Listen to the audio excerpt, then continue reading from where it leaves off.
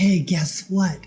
It's time for another game of Shelve It or Shove It, that completely superficial way to pick books for your TBR based solely on their cover. I am your host, the booktube goddess, the #1 drag queen booktuber on YouTube. I'll be looking at new releases on Goodreads for the month of November to pick one book to add to my December TBR, again based solely on their covers in the categories of young adult, science fiction, and fantasy. So let's go ahead and get started with young adult. First up is Bloodmarked by Tracy Deonn, book 2 in the Legendborn cycle. And guess what? I read the first novel, Legendborn. I listened to it on audio, and I don't recommend that because the audio narrator has such a slow voice.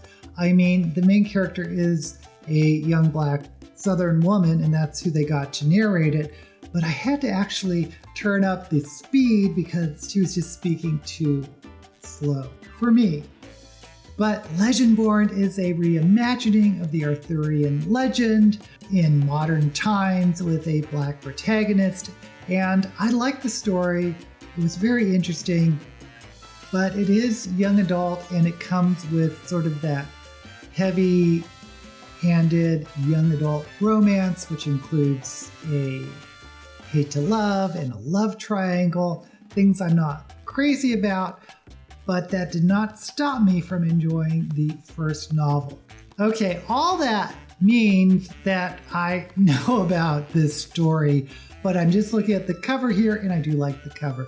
I like the illustration, I like the woman with the sword, I like the magic power. This is the type of illustration I really enjoy. And of course, I know the author, I know the first book. I am going to have to shelve it. Next up is Never Ever Getting Back Together by Sophie Gonzalez. And this is absolutely not the type of book that I am drawn to. It looks like a romance. It looks like a love triangle. There's 2 women and 1 man at the base of the stairs. The artwork is fine. The cover is fine. This is just not the type of novel that's for me. So therefore, I'm going to have to shove it. Next up is The Do-Over by Lynn Painter. And I actually like this cover because it tells a little story. It looks like a 3-panel comic. A woman rear-ended a guy, the guy then is consoling her, and then they're separated. So there's some type of story going on in this cover. I like that, but I'm not into romances, especially young adult romances. So because of that, I'm going to have to shove it. Next up is Cursed by Marissa Meyer. And if you don't know, I am a huge Marissa Meyer fan. Loved the Lunar Chronicles, and I also read her trilogy, Renegades, about the superheroes, which I enjoyed. I think this may be a sequel to something that I have not read yet, but I have to say I love this cover. I love that wicked-looking castle with the red moon and this woman going up to it with the trail of blood. Or a train that's just going on forever. I think she's trailing blood, and it looks like there are gargoyles or dragons or something going up the side. Love this cover. Love this author. I think it may be a sequel, but it doesn't say so on the cover, and I'm just going to have to shelve it. Next up is 5 Survive by Holly Jackson, and the author of Good Girl's Guide to Murder. Very popular author, and although these aren't my favorite covers in the world, I immediately recognize them as Holly Jackson covers. So whoever the artist designer is, they are branding Holly Jackson very well when you can just tell who the author is just by the style of the cover. In this case, it's a ripped piece of a notebook. There's blood on the paper. broken glass, and I don't know what this metal thing is, a compass, protractor, compass. It's a young adult thriller, not my favorite of the young adult genres. I prefer science fiction fantasy. I actually think I have a Holly Jackson audiobook that I haven't listened to yet. So I think I'm going to have to shove it. Now we move on to science fiction. First up is Ocean's Echo by Everina Maxwell. It says author of Winter's Orbit. Haven't read that one. I don't know this author. The cover's kind of intriguing. There are two silhouettes of, looks like men. There's stars on them, but then you see underneath, one on a mountain, one on a sand dune, looking at each other. There's a tagline that says, "Change begins with the meeting of minds." Is this a romance, a science fiction romance? I kind of like the cover. There's spaceships, there's a futuristic city in the background. I think just based on the cover, I'm going to go ahead and shelve it. Next up is Children of Memory by Adrian Tchaikovsky. And you know I just recently read his Final Architect series, or what's there of it. This could be the conclusion of his other series. It says Arthur C. Clarke Award on it. I find all the covers I've seen of Adrian Tchaikovsky pretty generic when it comes to science fiction. I probably would never have read The Final Architect if it wasn't recommended by Fit to Be Read, since I'm pretty sure this is part of a series that I haven't started yet, and the cover just looks generic to me. I'm going to have to shove it. But I think Adrian Tchaikovsky is a fantastic writer. Next up is Wayward by Chuck Wendig. I kind of like how Wayward, the words are repeated and going down in sort of this funnel. I'm not sure what this could be about. First Contact, aliens, maybe. New York Times bestselling author of Wanderers. I'm not sure what this could be about. The cover's okay, but as a science fiction novel cover, I don't know. I'm going to have to shove it. Next up is The Stars Undying by Emery Robin. Not familiar with this author. Love this cover. I love that alien city.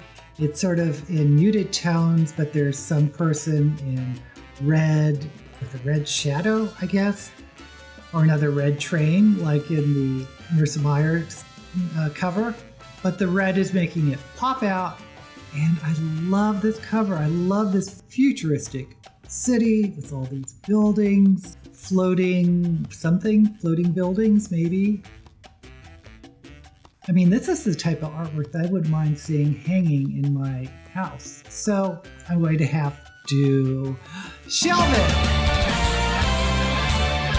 And finally, in science fiction, it is The Last Hero by Lyndon Lewis.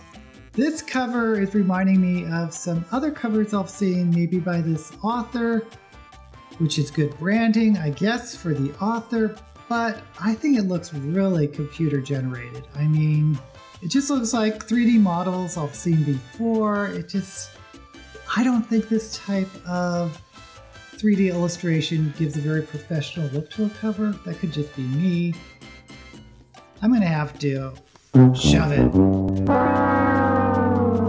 Now we move on to fantasy. And first up is Brandon Sanderson, The Lost Metal, a Mistborn novel. I love the Mistborn. I have read some of his, I think that he was calling it a steampunk Mistborn, where it goes into the future. Wasn't my favorite. I think this is more the same. The cover is okay, I guess. But I think I'm going to have to give it a pass. I'm going to have to shove it.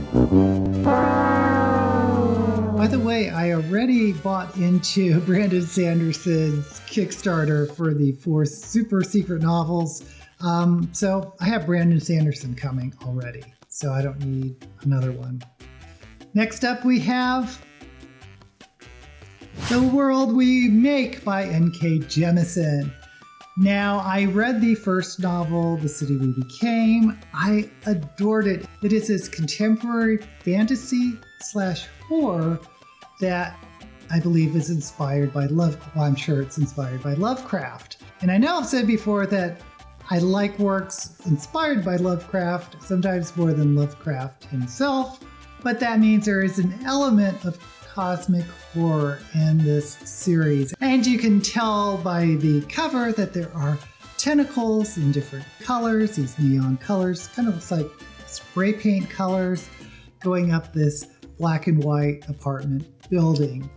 I'm going to have to shelve it.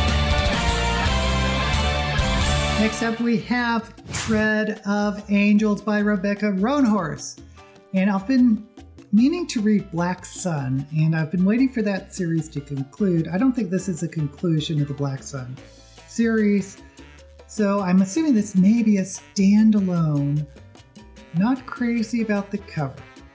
I kind of like the old-fashioned look of the font, but I don't know what this could be about. There is this gold feather that looks like a metal feather, so I don't know what this could be about. So I'm going to have to shove it. Next we have Nora Roberts' The Choice. And it says right off this is a book 3 of a series that I haven't started. And I associate Nora Roberts more with romance and fantasy. Not really drawn to her as an author. That said, it's a pretty cover. I like that landscape and sort of these clouds going in a whirlpool, and there's like this space. Like the cover. Not so sure about the author for me, and it's the 3rd book in a series, so I'm going to have to shove it. And finally, in fantasy, it is Heart of the Sun Warrior by Sue Lynn Tan, author of Daughter of the Moon Goddess, which I've picked for Shelve It or Shove It and have read. Quite enjoyed that book. Was it in young adult? Or was it in fantasy? I don't remember. It's probably in fantasy. This is in fantasy. And I do like this cover. I like all the golds, the oranges, and the yellows. And this is book 2 of the Celestial Kingdom duology. So I've read the first book, so this would be the conclusion, the second book. I like the sort of pagoda in the background. I like the flowers. I like this artwork. I have to shelve it. Okay, I ended up shelving more books than I usually do. I shelved Bloodmarked by Tracy Dion, Cursed by Marissa Meyer, Ocean's Echo by Everina Maxwell, The Stars Undying by Emery Robin, The World We Make by N.K. Jemisin, and Heart of the Sun by Sue Lynn Tan. Okay, now what's making this hard is there are 3 books in series that I've been reading. Bloodmarked, the Legendborn book, The World We Make by N.K. Jemisin. It's part of the series of The City We Became, Heart of a Sun Warrior by Sue Lynn Tan. Then we have a couple of what looks like standalones, Ocean's Echo, Stars Undying, science fiction. I'm going to say no to young adult. Let's just focus either on science fiction or fantasy. My favorite cover is probably going to be The Stars Undying, but I've been picking science fiction a lot lately, so I kind of want to read fantasy. And of the 2 fantasies, I'm going to pick N.K. Jemisin, The World We Make. Now, before I read this blurb, just know this is the second book in a series. And I've read the first book in the series, and it's about cities that have this consciousness, and this consciousness manifests as sort of these avatars, or these people become the avatars of the city, and New York has awakened and has some problems being born. Okay, now that you've been warned, let's go ahead and read the blurb for The World We Make by N.K. Jemisin. All is not well in the city that never sleeps. Even though the avatars of New York City have temporarily managed to stop the woman in white from invading and destroying the entire universe in the process, the mysterious capital E enemy has more subtle powers at her disposal. A new candidate for mayor wielding the populist rhetoric of gentrification, xenophobia, and law and order may have what it takes to change the very nature of New York itself and take it down from the inside. In order to defeat him and the enemy who holds his purse strings, the avatars will have to join together with the other great cities of the world in order to bring her down for good and protect their world from complete destruction. N.K. Jemisin's Great Cities duology, which began with The City We Became and concludes with The World We Make, is a masterpiece of speculative fiction from one of the most important writers of her generation.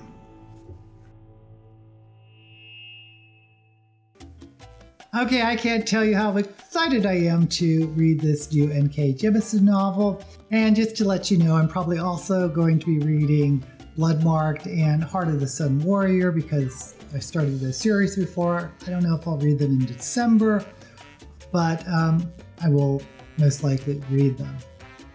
What books would you have picked just based on the cover? Let me know down in the comments. And while you're there, go ahead and like this video and subscribe to this channel. Until we meet again, may all the books you read be blessed.